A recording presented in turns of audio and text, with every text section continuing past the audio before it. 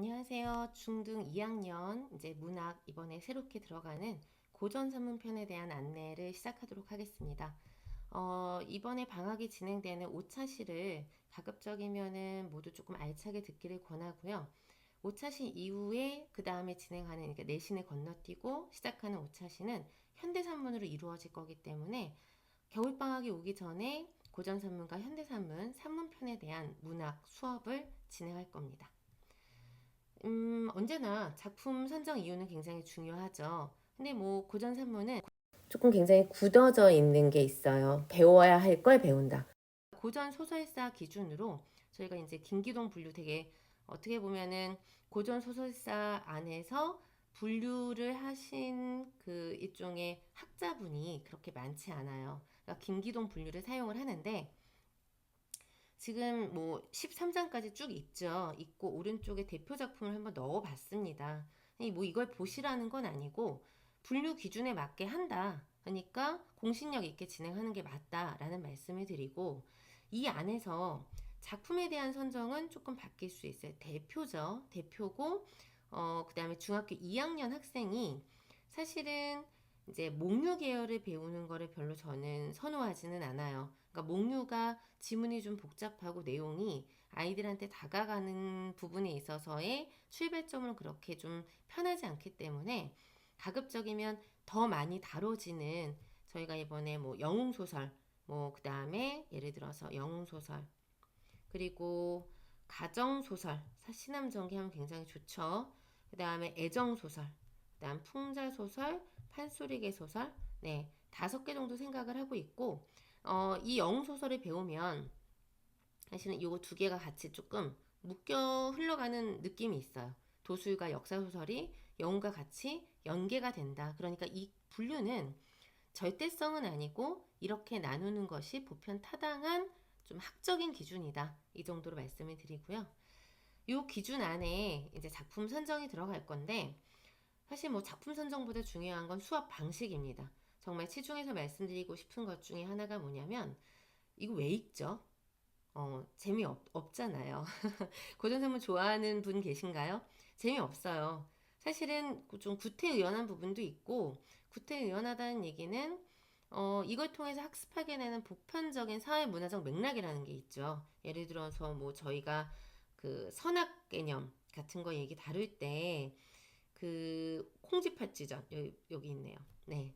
이거 모르는 사람 없잖아요. 근데 이런 것들이 어떻게 보면은 한국 정서, 네, 문학 정서, 문화 정서를 형성하는데 굉장히 중요합니다. 중요하기 때문에 이 작품이 고전이고 고전이면서 명작인 거고 이걸 계속해서 배우는 거죠, 사실은. 근데 이런 부분이 아이들의 어떤 정서 형성을 위해서 하는 건 아니잖아요. 저희가 하는 이유는 모의고사에 반드시 한 지문이 나오니까.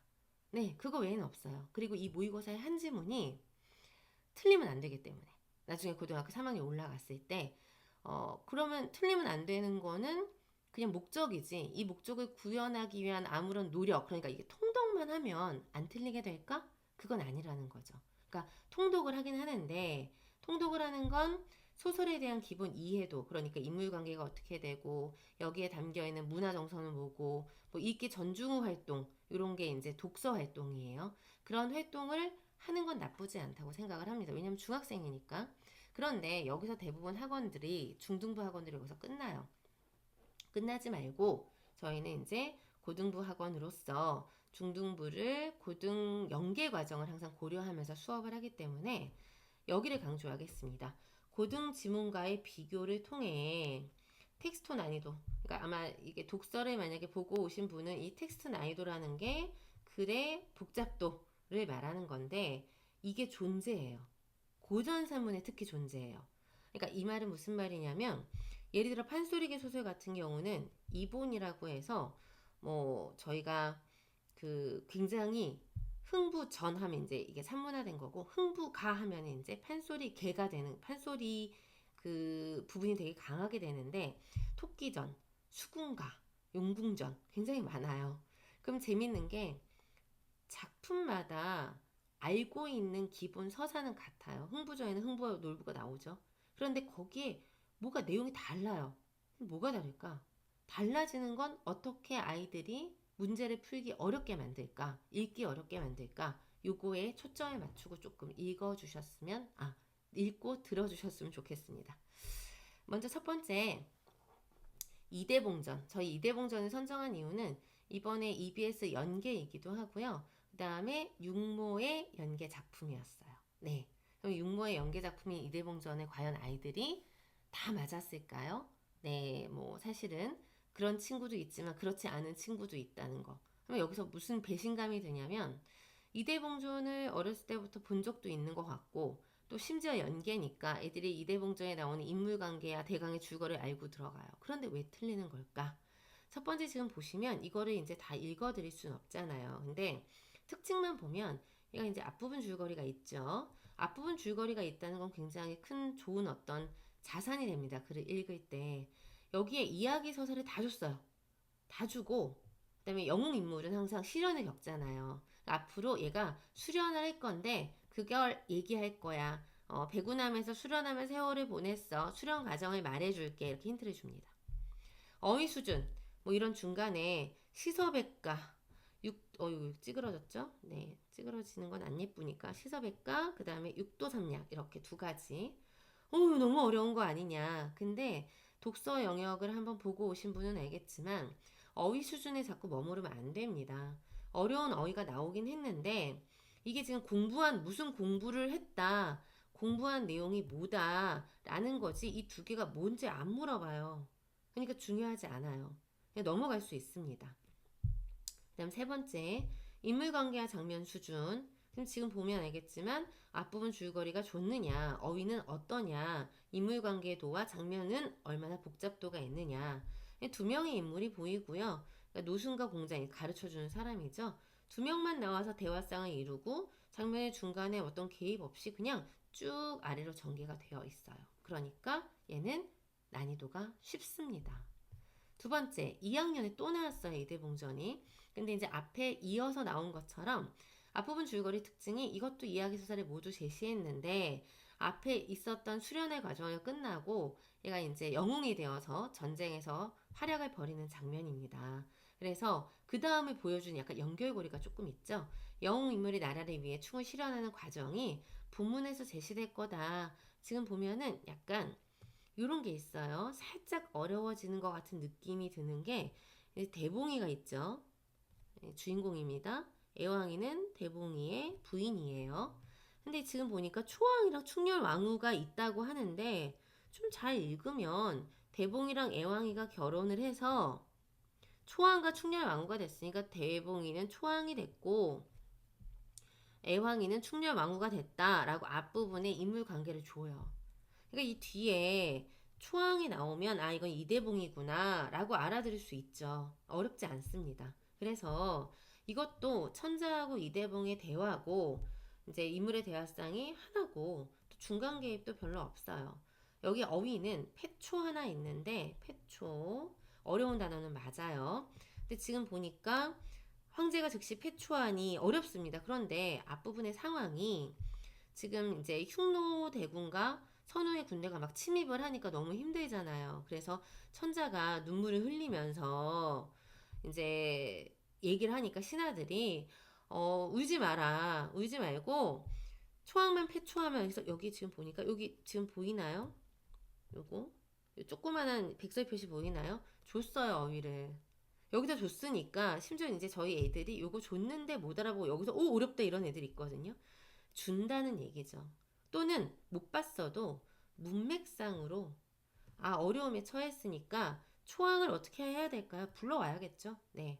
와달라고 요청하는 거 아닐까? 이렇게 할 줄 알아야 되니까 이것도 많이 어렵진 않은데 1학년에 비해서는 이렇게 앞부분 줄거리에서 인물 관계를 다른 명칭으로 표현하는 게 한번 있어서 이런 건 좀 신경 쓰면 된다. 뭐 요 정도 있기는 하지만 신경 쓸 수 있다. 3학년은 애초에 좀 표시를 해놨는데 지금 보니까 이대봉이 있고요. 중간중간에 보면은 이걸 좀 주의해서 볼게요. 이제 용궁을 떠났고 항성에 올라왔고 그다음에 바닷가에서 제사를 지낸 적이 있었고 이게 지금 무슨 말이지? 그러니까 중간중간에 이런 걸 저희가 장면의 중간 개입 과거 사건의 개입이 있다고 하는데 이 짧은 거 안에 장면 전환이 좀 많고 중간 개입이 있어요. 이런 게 고전사문의 난이도를 좀 결정하고요. 그다음에 하나 더 보면은 여기 지금 보면은 이제 삭발승려를 만났는데 이게 누구냐? 시랑 이익의 처 양씨다. 양씨는 누구냐? 아래 봤더니 지금 여기에 애왕이 아까 보이시죠? 이대봉의 부인. 애황이의 시어머니와 며느리 관계를 맺는 게 양씨니까 양씨는 누굴까요? 아, 애왕이의 시어머니니까 양씨는 대봉이의 엄마이고 이대봉의 아버지인 이시랑의 부인입니다. 아이고야, 네. 한 번 나와요. 한 번 나오는데 사실 이런 부분이 중간에 싹 삽입이 되면 저희 아이들이 여기를 놓치거나 이걸 읽는 훈련을 좀 전혀 받지를 못하면 여기가 날아가요. 무슨 말이지? 이게 되게 중요한 부분이거든요. 그러니까 사실은 이게 왜 중요하냐면 요만큼이 서신, 그러니까 어떤 편지 내용인데 편지에 엄청나게 많은 내용을 넣어놨어요. 그리고 여기 보면은 왕이 부자라고 해서 이제 적에 대한 얘기도 있죠. 그러니까 이렇게 됩니다. 연계 지문인데 앞부분 줄거리 없어요. 연계니까 안 줬는데 어휘 수준이 뭐 흠양 뭐 이런 게 있긴 하지만 요거보다도 행위 주체 대상 등의 정보 생략이 높아서 독해에 어려움을 주고 그 다음에 여러 인물 관계가 언급이 되고 장면의 중간 개입이 빈번하여 굉장히 어렵다. 이런 기준을 제시할까요? 과연 중등부에서 고전산문 뭐 독서네 한 편 읽기 하네라고 할 때 대부분 이런 거 많이 하죠. 인물관계도 그리고 줄거리 요약시키고 그 다음에 아까 이게 독서 수업하면 읽기 전중어 할 수 있는데 저희는 독서 수업이 아닙니다. 전중어 활동 시키고 물론 저희가 약간 가미는 할 수 있지만 그게 메인은 아니다라고 말씀을 드리는 거예요. 뭐 그러고 끝나죠. 그 다음에 또 지역적 퀴즈. 지역적 퀴즈 제가 제일 싫어하는 거. 여기에서 뭐 이런 거죠. 그 애왕이 바닷가에 간 이유는 무엇이냐? 물론 뭐 물어볼 수 있어요. 근데 그 물어보는 거는 실제로 저희 아이들이 그런 생각을 하면서 아, 애왕이는 바닷가에 왜 갔을까? 이래서 갔나? 그 다음에 삭발승려는 누굴까? 아, 이 사람은 누구지? 이런 어떤 자기점검 질문이라고 하는데 이 질문을 하면서 글을 읽는 게 독서 활동의 사실 핵심이거든요. 핵심이고 저희도 도구로 쓰기는 하지만 그런 질문의 유형 관계가 텍스트의 어려움을 결정하는 건 아니니까 이런 하나, 둘, 세 가지. 세 가지가 고등학교 모의고사에서 글을 어렵게 만드는 요소이자 평가 요소입니다. 그러니까 평가 요소. 누가 이런 행위를 했느냐. 생략된 정보를 추론해봐라. 여러 인물의 관계가 여기에서 이해가 되느냐. 이렇게. 그 다음에 중간에 이렇게 개입이 있는데 이 개입의 관계를 이해해봐라. 이런 것들이 중요합니다. 그래서 실제 이 시스템을 보면은 가운데 부분 핵심 지문 추출, 돋보기 독해, 평가원 EBS 교육청 기준을 삽입을 할 거고요. 문학의 읽기 전략 아까 말씀드렸던 이런 거 인물관계 텍스트 내에서 읽어내기 장면 구분하고 관계 파악하기 이걸 사용해서 문제까지 풀 거기 때문에 문제 의도 이해하고 판단하기 그럼 이제 이런 것들이 실제 저희가 중등부에서 처음 시행하는 수업이 아니기 때문에 이제 중등부에서 고1 사실 오른쪽에 있는 거는 고등학교 과정에서 아이들이 작업을 하는 거예요. 어떤 작업을 하냐? 오답 작업을 하는 거고 나중에 이렇게 이제 넘어가죠. 넘어가는데 독해에 초점을 맞추면 이런 수준의 오답을 많이 써요. 첫 번째 답은 몇 번이었고 두 번째 답은 몇 번이다. 지금 이 친구가 표시를 안 했는데 그러다가 고등 수준을 확실하게 넘어가면 이렇게 지금 보면 어떤 문제를 해결하는 과정을 계속 많이 연습을 하는데 저희는 이제 왼쪽과 오른쪽을 한 번씩은 해보긴 할 거예요. 작품마다 할 건데 오른쪽의 수준은 이렇게까지 좀 난이도 있게 가지는 않을 예정이고요. 하지만 이런 난이도 있는 과정이 나중엔 어차피 하게 되어 있다. 이런 좀 말씀을 드리고 싶고 왼쪽 중심의 활동을 좀 많이 할 겁니다.